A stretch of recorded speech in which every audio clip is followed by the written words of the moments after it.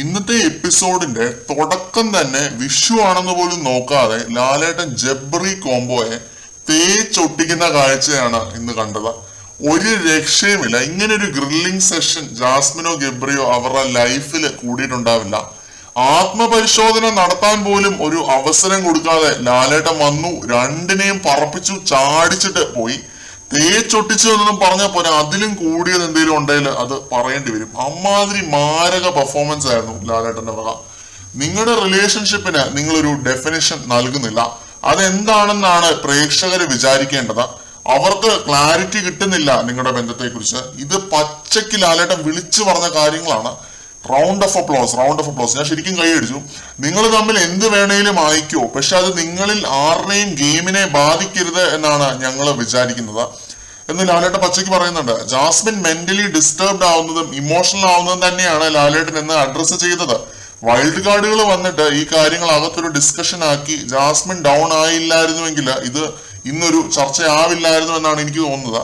അത് വളരെ നല്ലൊരു കാര്യമായിട്ട് തോന്നി. കാരണം ജാസ്മിന് സംസാരിക്കാൻ ഒരു സ്പേസ് കൊടുത്തു ലാലേട്ടൻ.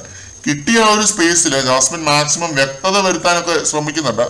പക്ഷെ എനിക്ക് പേഴ്സണലി ഇപ്പോഴും ഒരു വ്യക്തതയും വന്നിട്ടില്ല എന്ന് മാത്രമല്ല, സിബിൻ പറഞ്ഞ പോലെ ഇവര് നാട്ടുകാരെ പറ്റിക്കുകയാണ് ലാലേട്ട എന്ന് പറഞ്ഞ സിമ്പിൾ സെന്റൻസിൽ ഇത് പറഞ്ഞു തീർക്കാനാണ് താല്പര്യം. കാരണം നമ്മളൊക്കെ ഇത് ഓൾറെഡി ഒരുപാട് കാട് കീറി ചർച്ച ചെയ്തിട്ടുള്ള കാര്യങ്ങളാണ്. പറ്റുമെങ്കിൽ പ്രേമിക്കണേ, അല്ലെങ്കിൽ ഇട്ടിട്ട് പോടേ, വെറുതെ ഷോ ഇറക്കാതെ എന്നൊരു ലെവലിലേക്ക് ജാസ്മിനും ഗബ്രിയും നമ്മളെ എൻറേജ് ചെയ്തു, നമ്മളെ വെറുപ്പിച്ചു. ഈ ഒരു മാസം ഇങ്ങനെ ഒരു നാടകം കളിച്ച് കാരണം ആ രീതിയിൽ വെറുപ്പിച്ചു ശരിക്കും. ഇനിയിപ്പോ ഇതിനൊരു പ്രസക്തി ഇല്ല എന്നുള്ള പോലെ ആക്കി കളഞ്ഞു. എനിക്ക് അവനോട് ഇഷ്ടമുണ്ട്, അവൻ എന്നോടുമുണ്ട്. അത് പ്രണയത്തിലേക്ക് നീങ്ങാതിരിക്കാനാണ് ഞങ്ങൾ ശ്രമിക്കുന്നത്. ഇത് ഫ്രണ്ട്ഷിപ്പ് അല്ല, ബ്രദർഹുഡ് എന്തായാലും അല്ല, സിറ്റുവേഷൻഷിപ്പും അല്ല.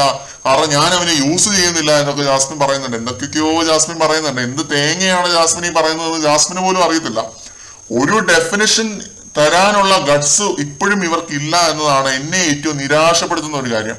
അങ്ങനെയുള്ളവര് പ്രേമിക്കാനോ പ്രേമനാടകം കളിക്കാനോ പാടില്ല എന്നത് തന്നെയാണ് എന്റെ അഭിപ്രായം. വെറുതെ ഇട്ട് വെറുപ്പിക്കാനായിട്ട് ഓരോരോ പരിപാടികളായിട്ട് ഇറങ്ങിക്കോളും. ഡെഫിനിഷൻ ഇല്ലാത്ത സാധനമാണ് പ്രേമമെങ്കിൽ പേർലിമാണി എന്തുകൊണ്ട് ശ്രീനിഷിനെ വിവാഹം കഴിച്ച് ഇപ്പൊ 2 കുട്ടികളായി? Because love is defined, at least in India. പ്രേക്ഷകരെ ബോധിപ്പിക്കേണ്ട ഉത്തരവാദിത്തം ഉണ്ട് അവിടെ പോകുന്ന ഓരോ ആൾക്കാർക്കും. അവിടെ കിടന്ന് ഉരുണ്ടും മറിഞ്ഞിട്ടൊന്നും ഒരു കാര്യമില്ല. ചെയ്യാനുള്ള എല്ലാം ചെയ്ത് കൂട്ടിയിട്ടാണ് ഈ ഉരുണ്ടും മറിയുന്നതെന്ന് ഓർക്കണം. ഇനി അതല്ല, ജാസ്മിൻ ജാഫറും ഗബ്രി ജോസുമാണ് പ്രശ്നമെങ്കിൽ അത് ആദ്യമേ ചിന്തിക്കണമായിരുന്നു. ഇഷ്ടം വളർത്തുന്നതിന് മുമ്പ് തന്നെ. ഇഷ്ടപ്പെട്ട് കഴിഞ്ഞിട്ട് പറഞ്ഞിട്ട് എന്തുവാ കാര്യം? നമ്മൾ ഇങ്ങനെ ഒരു സൊസൈറ്റിയിൽ നിന്നാണ്, നമ്മൾ ഇങ്ങനെ ഒരു എന്താ പറയാ, നമ്മുടെ സൊസൈറ്റിയിലുള്ള പല ബയസുകളെ കുറിച്ചും അറിഞ്ഞിട്ടും നിങ്ങൾ ഇങ്ങനെ ഒരു പരിപാടി കാണിച്ചു കഴിഞ്ഞിട്ട് ഇങ്ങനെ നടന്ന് ഉരുട്ടിട്ട് ഒരു കാര്യമില്ല മക്കളെ, ഒരു കാര്യമില്ല. പിന്നെ ഗബ്രി ഈ ഒരു കാര്യം മാറ്റി പറയുന്നത് ലാലേട്ടൻ 1 അല്ല 2 തവണ വീഡിയോ കാണിച്ചു കേട്ടോ. ഇത് ബോധിപ്പിക്കുന്നുണ്ട് ഇവരെ.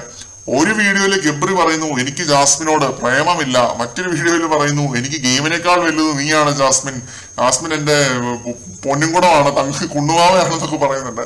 ഈ ഒരു ഡബിൾ സ്റ്റാൻഡ് ഇതിനിടയ്ക്ക് ലാലേട്ട പൊട്ടിച്ച് കയ്യിൽ കൊടുക്കുന്നുണ്ട്. അങ്ങനെ ജബ്രി ഗ്രില്ലിംഗ് സെഷൻ കണ്ട് നിർവൃതി അടഞ്ഞു ഇന്നത്തെ എപ്പിസോഡിൽ. ഒരു രക്ഷയുമില്ലായിരുന്നു. ലാലേട്ടന് ഒരു വമ്പൻ കൈയടിയെ കൊടുക്കണം. ഇങ്ങനെ ഇതൊരു ഓപ്പൺ ആയിട്ട് വന്ന് ഇങ്ങനെ ഒരു എക്സ്പോസിങ് സെഷൻ നടത്തിയതിന്. 1 മാസമായിട്ട് അവിടെ അരങ്ങേറുന്ന ഒരു നാടകമാണ് ഇത്. ആരും ചോദിക്കാനും പറയാനും ഇല്ല എന്നുള്ളൊരു ഗട്സിലാണ് ഇവർ കാണിച്ചു കൂട്ടിയതെല്ലാം. ഇതോടെയെങ്കിലും അതിനൊരു അറുതി വന്നാൽ അത്രയും നല്ലത്. നമുക്കല്ല, അവർക്ക്. നമുക്കൊരു കുഴപ്പമില്ല. നമ്മളെ പിടിച്ച് സദാചാര പോലീസ് ഒന്നും ആക്കാതിരുന്നാൽ മാത്രം മതി. നമുക്ക് ഒരു സദാചാരവും ഇല്ല, ഒരു ചുക്കുമില്ല. അവരുടെ ലൈഫിനെ ഇത് ബാധിക്കുമെന്നൊരു പോയിന്റിലാണ് നമ്മൾ റിയാക്ട് ചെയ്യുന്നത്. മറ്റൊരു അപ്ഡേറ്റുമായിട്ട് വീണ്ടും കാണാം.